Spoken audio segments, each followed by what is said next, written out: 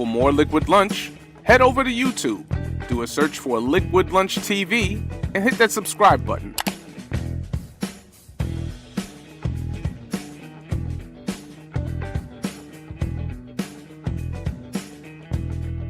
Watching Liquid Lunch on Newsmax TV. I'm Frank Morano, and we're very pleased to be joined in studio once again by a gentleman who's a Tuesday regular, the CEO of Datavault, Nathaniel Bradley. Nathaniel, thank you so much for coming. Thanks for having me. You prefer Nathaniel or Nate? Call me Nate. All right, so now, before we get into a story that everybody's talking about today, explain to folks what Datavault is exactly and why you're an expert in the field of data. Well, at Datavault, we've endeavored to create an exchange where any company, any individual can monetize data assets. We have a registered exchange in which registered buyers and sellers meet to exchange their data on a free exchange. All right, okay. Now, this is a story that I find pretty alarming. The bank behind your credit card or your debit card, they know everything about your spending habits. They know what kind of Christmas presents you're buying. They know what kind of food you're purchasing. They know what kind of restaurants you're going to. They know what medical bills you're paying. What's happening now? So banks, we're familiar with the free exchange where we have search and social services we take for free. You're familiar with free checking. As we often learn, nothing in this world is free. And what you get here is banks now participating in this and largely leaving consumers out.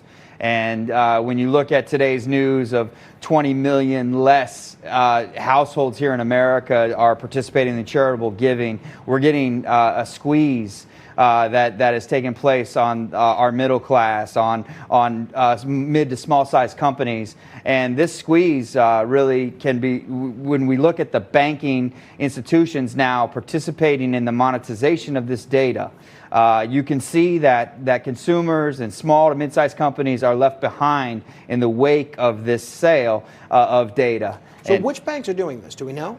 So really across the board, when you look at it, you can't really single them out because they're all participating. When you have pressure on the system in terms of making margin in these banking institutions, they're all going to do this. The key as consumers and as companies is to look at these agreements that you enter into and opt out of strategies where your information is simply given.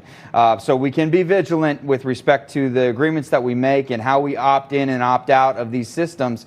We can also be much better stewards of information. You wouldn't leave your checkbook to all of the parties that participate in this data stream. If you looked at your data as valuable as it is, and consumers are coming of conscious to this issue, and companies certainly are a conglomeration of people, and we understand that these people are creating data. So it is a function of, one, understanding its value and treating it as such, and then also putting our arms around these values and generating new values of data in a free marketplace. And that's really the position we would like to see consumers and companies take. So there was one article I read about this today where they give the example of, let's say on Cyber Monday, you went to your local Chipotle and you ordered lunch on your credit card.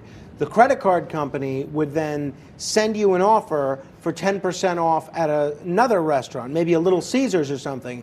Meanwhile, the bank or the credit card company, they will have been getting paid by the restaurant they're referring you to, first for dangling that offer in front of you, and then second if you click.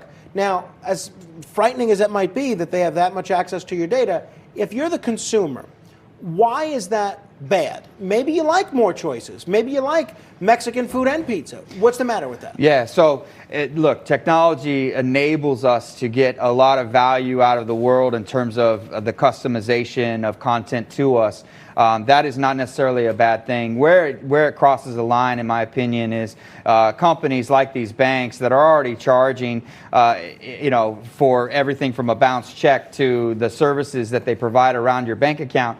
They're now extracting data value on top of that, and largely consumers are unaware. And so it is about awareness. We're no stranger to being targeted. We're no stranger to taking free services in exchange for our data. Oftentimes, though, that exchange is made in the absence of clarity around the value. And so the key component is valuation. If you understand that it's a fair exchange and that you're participating in a process where you've exchanged your data in exchange for a service, the key is understanding the value that you're exchanging. So I think really it's shedding light to the values that these companies are enjoying on the backs of consumers. These banks did not necessarily ask for permission or have tucked that permission into deep compliance where consumers are opting in or companies are opting in. So how do I opt out? Let's say I don't want my credit card company sending my data to any other restaurants. What do I do? Well, those that are good actors in the space, and banks are largely compliant, you can find ways to opt out of these consumer programs. Largely, when you log in, you'll look at an account, and within that account, you can opt out of the data exchange process, and that's simply what companies need to do. The first step of understanding these values is to shut down the free access to them. It is supply and demand. If your company or you as an individual are the supplier of data that is valuable, the key is to not give it away, to find ways to monetize that on your own behalf. There's nothing wrong with participating in custom content. No one wants to be targeted for products and services they do not seek. But at the same time, there is a value exchange that needs to be much better understood by consumers and companies. Well, Nate, I think we will be seeing you again very soon. You're going to be around next Tuesday? Absolutely. All right. Data Vault, datavault.com? That's right. Datavault.com. If you want to learn how to protect your data or get paid for sharing your data, Nathaniel Bradley is the man. All right, coming up next, we're going to review some of the other news that's broken throughout the day with Joe Pignon or Pinion, depending on your perspective. You're watching Liquid Lunch on Newsmax TV. I'm Frank Morano.